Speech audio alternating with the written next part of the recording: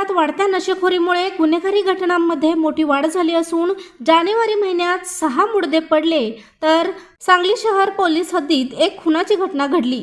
नशेखोरी फोफावल्याने हे प्रकार घडत असल्याचा आरोप नागरिकांकडून सातत्याने केला जात होता। मात्र पोलिसांकडून याकडे दुर्लक्ष होत असल्याची भावना नागरिकांमध्ये निर्माण झाली होती। 4 दिवसांपूर्वी विश्रामबाग परिसरातील लिमये माळा येथे नशेखोरांनी क्रांतिकुमार शेडबाळे यांचा खून केल्यानंतर सांगलीकरांच्या संयमाचा बांध फुटला।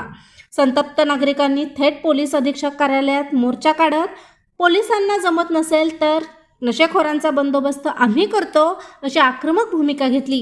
या पार्श्वभूमीवर अखेर सांगली पोलिसांनी नेहमीचे रुटीन बाजूला ठेवत थेट रस्त्यावर उतरून नशेखोरांविरोधात मोठी मोहीम हाती घेतली। सांगली आणि मिरज पोलीस उपविभागात साध्या वेशातील हातात काठ्या घेतलेले पोलीस कर्मचारी तैनात करण्यात आले। कारवाईपूर्वीच डार्क स्पॉट निश्चित करून ही धडक कारवाई मोहीम राबवण्यात आली। सांगली, मिरज आणि कुपवाड शहरातील गल्लोगल्ली झडती घेत पोलिसांनी दारुड्यांसह नशेखोरांना ताब्यात घेतले। शहरातील उद्याने, क्रीडांगणे, मोकळ्या जागा, पडके इमारती आणि नशेखोरांचे अड्डे पोलिसांनी अक्षरशः पालथे घातले। अनेक ठिकाणी नशेखोरांना रस्त्यावर आणून नागरिकांसमोर उठाबशा काढायला लावण्यात आल्या। पळ काढणाऱ्या नशेखोरांचा पाठलाग करत त्यांना ताब्यात घेण्यात आले। विश्रामबाग परिसरानंतर पोलिसांचा मोर्चा कल्पद्रुम क्रीडांगण परिसराकडे वळला। तेथेही तळीरामांचा पाठलाग करत पोलिसांनी चांगल्याच खाक्या दाखवल्या। रात्रभर सुरू असलेला नशेखोरांचा धिंगाणा मोडून काढत पोलिसांनी शहरात कायदा सुव्यवस्थेचा धाक निर्माण केला।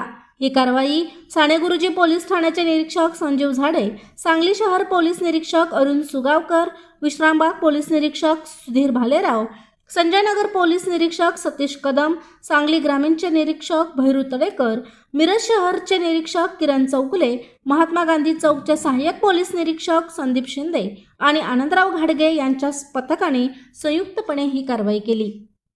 नशेखोरांवर पोलिसांनी केलेली ही कारवाई तुम्हाला कशी वाटली आम्हाला कमेंट करून नक्की सांगा आणि अग्रणी न्यूज चॅनलला लाईक, शेअर आणि सबस्क्राईब करा।